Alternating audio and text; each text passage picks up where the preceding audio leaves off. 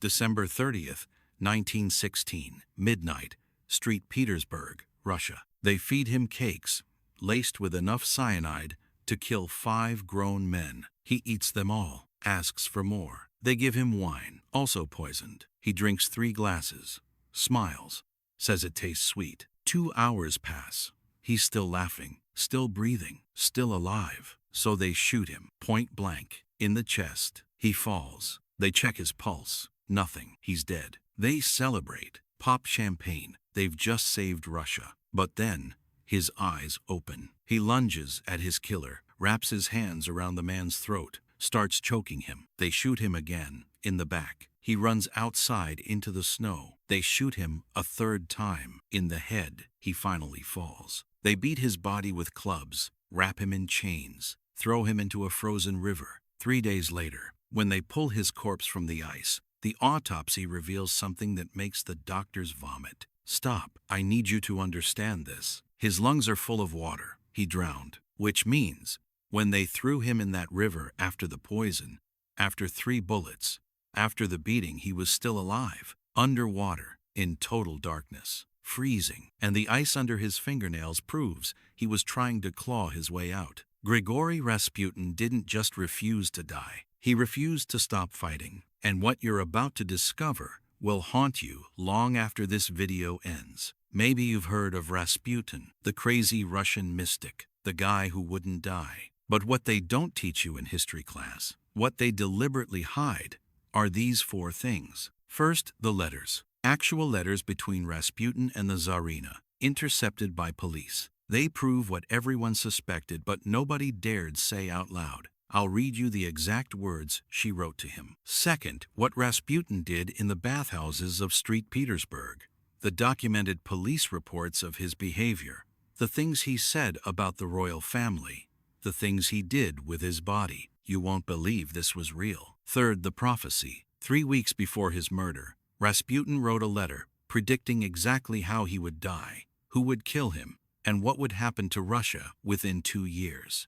Every single word came true. And fourth, the secret the murderers took to their graves, something they never admitted publicly, something that haunted them for the rest of their lives. But before we get there, before any of this makes sense, you need to understand where this nightmare began. Because Rasputin wasn't born a monster. He was made into one. Picture this: Siberia, 1869. A village so remote that when people die, their bodies freeze in the ground for 6 months before they can be buried. A village where winter lasts 9 months, where the sun barely rises, where vodka is cheaper than bread because at least vodka keeps you warm. This is Pokrovskoye. 200 people, wooden shacks, dirt roads, no school, no doctor, nothing. January 21st, a baby is born. They name him Grigori Yefimovich. His father is a drunk, beats his mother,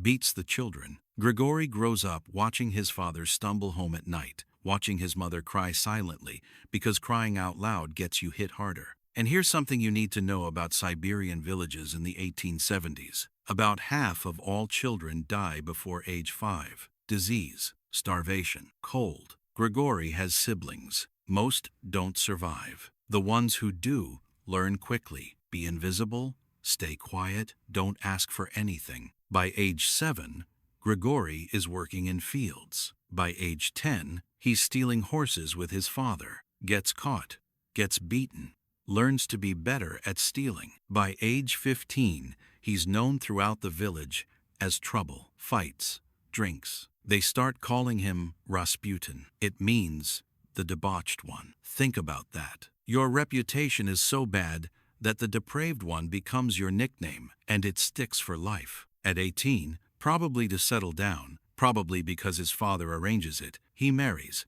Praskovia Dubrovina. She's 17, has no choice. They have 7 children. 4 die in infancy. Just stop breathing one night. This is normal. This is life. Maybe you've never experienced real poverty, the kind where you don't know if you'll eat tomorrow, where you watch your children die and there's nothing you can do, where every single day is survival. That was Grigori's life for 23 years. And then In 1892, something breaks inside him. He's walking through the forest, alone. It's dusk. The trees are black against the gray sky. Later, he'll say he saw a vision. The Virgin Mary appeared to him in a column of light. She told him he had a holy mission, that he must leave his family, leave his village, walk across Russia, heal the sick, save souls. Did this actually happen? We'll never know. What we do know is this. The next morning, Grigori Rasputin walks out of his house, leaves his wife and 3 surviving children, and disappears. He walks for 3 years, thousands of miles, sleeps in forests, begs for food, visits monasteries, and somewhere during those 3 years, he discovers something about himself. He has a gift, not a holy gift, not from God. A gift with women. It starts in a village in central Russia. He's begging for food at a church. A woman, maybe 30 years old, gives him bread. He looks at her, really looks at her. His eyes are pale blue-gray, intense, piercing. She later tells the village priest, "When he looked at me, I felt like he could see every sin I'd ever committed, but he didn't judge me. He just understood." She sleeps with him that night. This happens again and again. Town after town, women are drawn to him. He's not handsome. He's dirty, smells terrible. His teeth are rotting. But his eyes. Dozens of women will later describe the same thing. "I couldn't look away. I felt hypnotized. I knew it was wrong, but I couldn't stop." Rasputin joins a religious sect called the Dynasty. They believe something radical. To truly know God, you must first exhaust sin. You must drink, fight, have sex, commit every sin possible until there's nothing left. Only then can grace fill the void. For Rasputin, this is permission. Permission to do whatever he wants and call it holy. By the time he arrives in St. Petersburg in 1903, he's 34 years old. He looks like a homeless beggar, hair down to his shoulders, beard to his chest, fingernails black with dirt. But he carries himself like a king. And within 3 years, he'll be standing alone in the bedroom of the Tsarina of Russia, his hands on her son's body, while the most powerful woman in the world watches him with tears streaming down her face, whispering, "Please, save him, please." How does a Siberian peasant achieve this? Let me show you. Close your eyes for a moment. Imagine you're the mother of 5 children, 4 daughters, beautiful, healthy, and finally, after years of trying, a son. The heir, the future, everything you've prayed for. And then, 6 weeks after he's born, you notice blood coming from his belly button. It won't stop. Doctors come. They try everything. Nothing works. The diagnosis, hemophilia, the royal disease. His blood doesn't clot. A paper cut can bleed for hours. A bruise can cause internal hemorrhaging that swells his joints until he screams in pain. A fall from a chair could kill him. There is no cure. This is 1904. Medical science has nothing. Your son will likely die before adulthood. And every bump, every scrape, every moment he cries in pain, you know it could be the last time you see him alive. This is Alexandra's reality. Tsarina Alexandra Feodorovna, wife of Tsar Nicholas II, Empress of Russia, ruler of 1/6 of the Earth's land surface. And she is powerless to save her own child. She prays, lights candles, brings in priests, holy men from across Russia. Nobody can help. Her son, Alexei, suffers. There are days when his leg swells so badly he can't walk. Days when he screams and screams and screams until his voice gives out. Alexandra sits by his bed, holding his hand, watching him suffer, completely helpless. You know that feeling, don't you? That desperate, crushing helplessness when someone you love is in pain and you can't fix it. When you'd give anything, do anything, sacrifice anything to make it stop. That's where Alexandra lives, every single day. And then, in November 1905, someone whispers a name, Rasputin. There's a holy man from Siberia. He's healed others. Maybe he can help your son. Alexandra is desperate. She'll try anything. November 1st, 1905. Rasputin is brought to the Winter Palace. Picture this moment. He walks through halls of gold and marble, crystal chandeliers, servants in white gloves, paintings worth more than his entire village. He's wearing a peasant robe, muddy boots. He stinks. The servants have to step back when he passes. They bring him to Alexei's room. The boy is in bed, pale, weak. His leg is swollen, purple with internal bleeding. Rasputin approaches the bed, doesn't say much at first, just looks at the boy. Then he puts his hand on Alexei's forehead. His palm is rough, calloused, dirty. He speaks quietly. Don't be afraid. God is with you. The pain will go away. You will be fine. His voice is deep, calm, almost hypnotic. He stays for maybe 20 minutes, then leaves. The next morning, Alexei's condition improves. The swelling goes down. The pain decreases. He gets out of bed for the first time in days. Doctors can't explain it. Alexandra doesn't care about explanations. This man saved her son. From that moment, Rasputin has unlimited access to the imperial family. But what happens next? What happens behind closed doors? This is where the story turns dark. Here's the first thing I promised to show you: the letters. Rasputin begins visiting the palace regularly, sometimes daily. He's given his own room, eats with the family. Alexandra trusts him completely. And the Tsar? Nicholas is often away, running the country, managing wars, sometimes gone for months, which means Rasputin and Alexandra are alone together for hours. Palace servants start talking. They see Rasputin entering the Tsarina's private chambers late at night. They see him leaving early in the morning. The secret police, the Okhrana, intercept letters between them. They make copies before delivering them. Let me read you exactly what these letters say. Alexandra writes, "I kiss your hands and lean my head on your blessed shoulder. I only feel peace when you're near me. You are my everything." Stop. Read that again. I kiss your hands. I lean my head on your shoulder. You are my everything. This is not how an empress writes to a spiritual advisor. This is how a woman writes to a lover. Rasputin writes back, "My soul shines when I think of you. Your body is a temple. I will protect you always. Your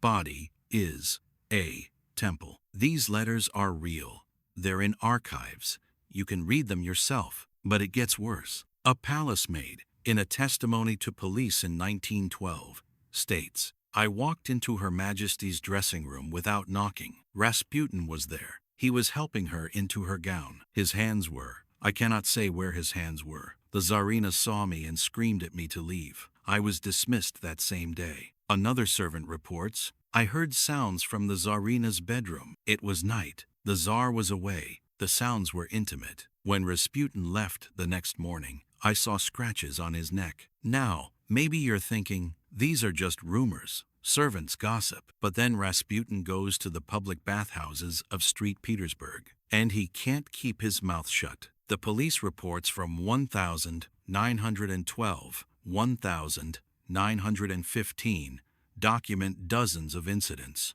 Let me read you one. Subject: Rasputin was observed at the public baths, heavily intoxicated. In the presence of witnesses, he removed his clothing and displayed his genitals, stating, and I quote, "This is what the old girl wants. The Tsarina begs for this. I can do whatever I want because she loves me more than her own husband." Another report from a restaurant. Rasputin was with several prostitutes. He was drunk. He grabbed one woman and forced her hand on his genitals, saying, "Feel this. This is what controls Russia. The Tsarina cannot resist it." These are official police documents, written by investigators, sent to the Tsar himself. Nicholas reads them, does nothing. Why? Because every time Alexei has a bleeding crisis, Rasputin is the only one who can calm the boy down, the only one who can stop the pain. And Nicholas is terrified of losing his son. So he tolerates Rasputin, tolerates the rumors, tolerates the humiliation. By 1914, Rasputin isn't just the Tsarina's advisor. He's running the country, deciding who gets appointed to government positions, who gets fired, military strategy, economic policy. A barely literate peasant from Siberia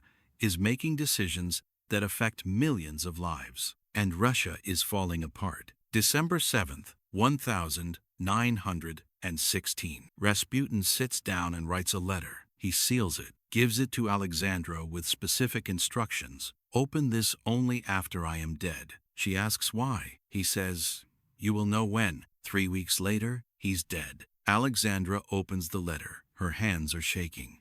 This is what it says. I feel that I shall leave life before January 1st. I write this and leave it behind me. If I am killed by common assassins, and especially by my brothers the Russian peasants, you, Tsar of Russia, have nothing to fear. Your children will rule for hundreds of years. But if I am murdered by nobles, by aristocrats, their hands will remain soiled with my blood for 25 years. They will leave Russia. Brothers will kill brothers. There will be no nobles left in the country. If it is your relations who have wrought my death, then none of your family will remain alive for more than 2 years. They will be killed by the Russian people. Let me break this down. Rasputin predicts he will die before January 1st, 1917. He will be killed by nobles. One of them will be related to the Tsar. Within 2 years, the entire royal family will be executed. Now here's what actually happened. December 30th, 1916, Rasputin is murdered by nobles. One of them, Prince Felix Yusupov, is married to the Tsar's niece. March 1917, Revolution. The Tsar abdicates. July 17th, 1918. Exactly 2 years after Rasputin predicted, the entire Romanov family is executed in a basement in Yekaterinburg. Nicholas, Alexandra, all 5 children, ages 13 to 22, shot to death. Every single word came true. How? How did a peasant from Siberia predict the exact date of his death and the fall of a 300-year-old dynasty? December 29th, 1916, 11:30 p.m. Prince Felix Yusupov invites Rasputin to his palace. The Yusupov Palace is one of the most beautiful buildings in St. Petersburg. 300 rooms, art collections worth millions. Yusupov tells Rasputin, "My wife wants to meet you. She's heard of your healing powers. Come late at night when the servants are asleep. We'll have privacy." Rasputin agrees. He arrives just before midnight, wearing his best silk shirt, new boots. He's been drinking but isn't drunk. What Rasputin doesn't know, upstairs, in a private room, 4 men are waiting. Prince Felix Yusupov, Grand Duke Dmitry Pavlovich, the Tsar's cousin, Vladimir Purishkevich, a politician, and Dr. Stanislaus Lazovert, who has just finished preparing the poison. Yusupov leads Rasputin downstairs to a basement room. Warm fire, comfortable furniture, and on a table, cakes and wine. The cakes have been injected with potassium cyanide, enough to kill 5 men. The wine is also poisoned. Yusupov offers Rasputin food. "Please, eat. My wife will be down shortly." Rasputin takes a cake, bites into it, chews, swallows. Nothing happens. He takes another, eats it, drinks wine. Still nothing. Yusupov is panicking. The poison should work instantly. Rasputin should be convulsing on the floor. But he's fine, talking, laughing, asking for more wine. 30 minutes pass. Rasputin has eaten 4 cakes, drunk 3 glasses of wine. He's alive and cheerful. Yusupov excuses himself, runs upstairs. The other conspirators are waiting. The poison isn't working. What do we do? They decide, shoot him. Yusupov takes a revolver, goes back downstairs. His hands are shaking. Rasputin is examining an ornate cabinet across the room. His back is turned. Yusupov raises the gun, aims at Rasputin's chest, fires. Bang! The bullet enters just below Rasputin's heart. Blood spreads across his shirt. He falls to the ground. Yusupov checks his pulse. Nothing. He's dead. Yusupov goes upstairs, tells the others, "It's done. We've saved Russia." They celebrate, pour drinks. They're heroes. But Yusupov can't shake the feeling that he needs to see the body one more time, just to be sure. He goes back downstairs, leans over Rasputin's body, and then Rasputin's eyes open. His hand shoots up, grabs Yusupov by the throat, squeezes. Yusupov screams. Rasputin is pulling himself up. There's a bullet hole in his chest, blood everywhere, but he's alive, and he's choking Yusupov with the strength of a demon. "Felix, you bad boy," Rasputin whispers through bloody teeth. The other conspirators hear the screaming, run downstairs. Rasputin pushes Yusupov away. stumbles toward the stairs. He makes it up the stairs, out the door, into the courtyard, into the snow. Purishkevich chases him, fires his revolver, misses. Rasputin keeps running. Purishkevich fires again, hits Rasputin in the back. Rasputin stumbles, but keeps moving. A third shot hits him in the head. Rasputin finally falls, face first into the snow, blood spreading dark against the white. They drag his body back inside, beat him with clubs, tie his hands behind his back with thick rope, wrap him in a heavy carpet, load him into a car, drive to the Malaya Nevka River. The river is frozen. They find a weak spot in the ice, roll the body through the hole. It disappears into black water. They stand there for a moment, breathing hard, looking at the hole in the ice. Purishkevich says, "Thank God, it's finally over." It's not over.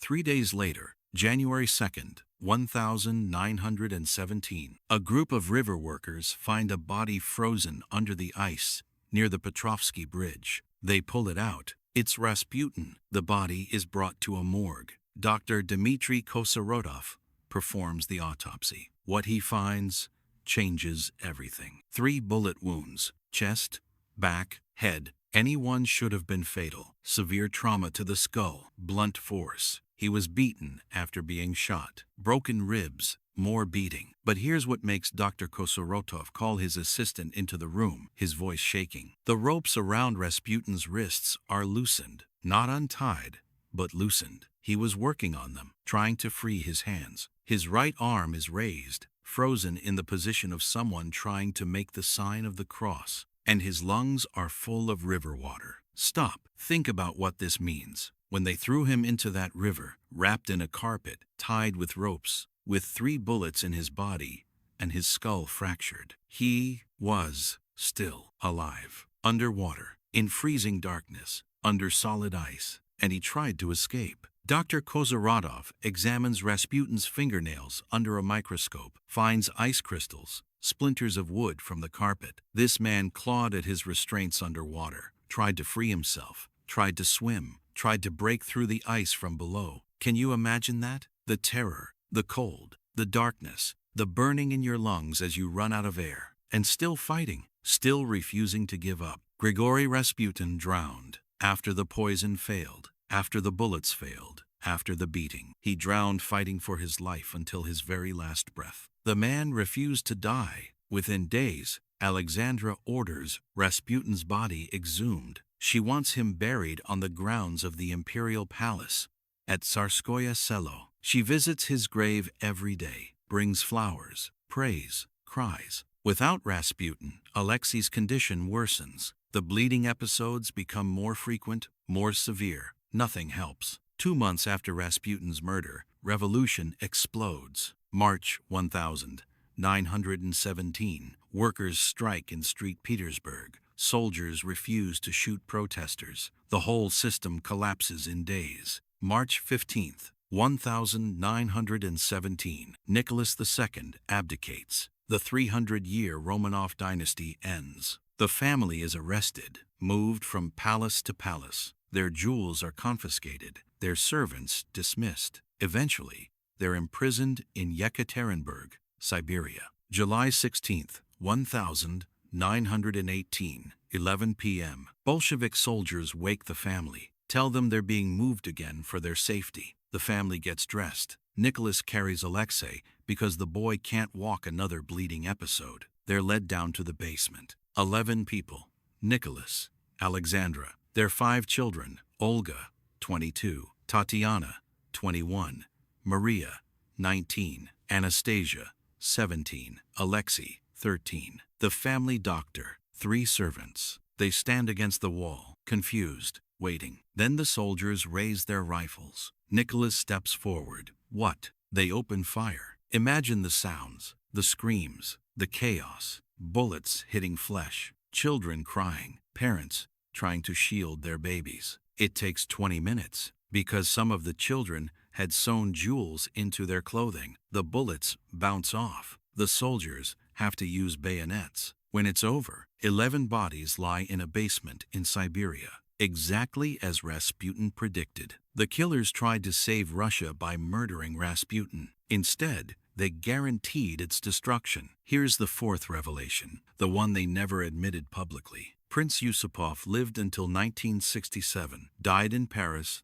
in exile, at age 80. In his final years, he gave several interviews, and in one of them, recorded in 1965, he said something that was never published widely. The interviewer asked, "Do you regret killing Rasputin?" Yusupov answered, "Regret? No. I saved Russia, or tried to. But you failed. The revolution happened anyway." Long pause. Then Yusupov said, "Sometimes, late at night, I still see his eyes. Those terrible eyes, staring at me. I killed him. I know I killed him. But part of me will never be sure he's really dead." The interviewer laughed, thought it was a joke. Yusupov didn't laugh. He said, "You weren't there. You didn't see him stand up after being shot. You didn't watch him run through the snow with a bullet in his back. You didn't see his body under the ice, still moving, still fighting. That man was not human. I don't know what he was, but he was not human." Grand Duke Dmitri, the other conspirator, also lived in exile. Died in 1942. Before he died,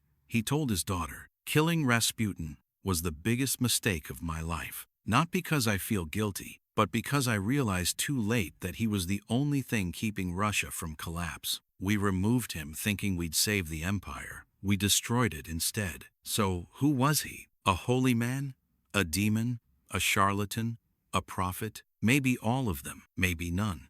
What we know for certain is this: he was a barely literate peasant who gained absolute control over the most powerful woman in Russia. He survived an assassination attempt that should have killed him 10 times over. He predicted his own death and the fall of an empire with perfect accuracy. And even in his final moments, underwater, in freezing darkness, with 3 bullets in his body, he refused to stop fighting. Maybe you've met someone like that. Someone who refuses to follow the rules. Someone who seems to operate on a different frequency than everyone else. Someone who, no matter what happens, just keeps coming back. Those people are dangerous, not because they're evil, but because they're unpredictable, because you can't control them, can't contain them, can't kill them. The Russian nobles thought they could eliminate Rasputin and everything would return to normal. Instead, they learned a terrible lesson. Sometimes, the monster you kill was the only thing keeping worse monsters at bay. Without Rasputin, the Tsarina lost her anchor. The Tsar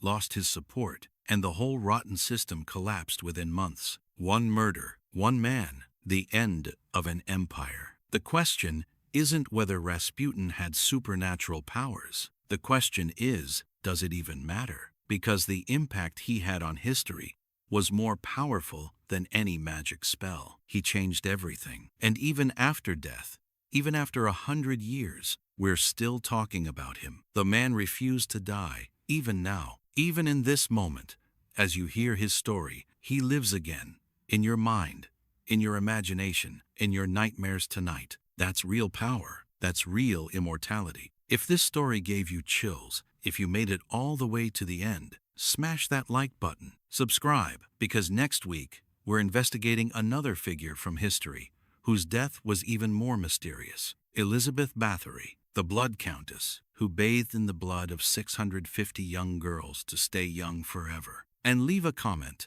Did Rasputin really have supernatural powers? Or was he just the luckiest man in history? What do you believe? Because one thing is certain, legends are built on truth. And the truth about Rasputin is more terrifying than any legend. See you next week, if you can sleep after this.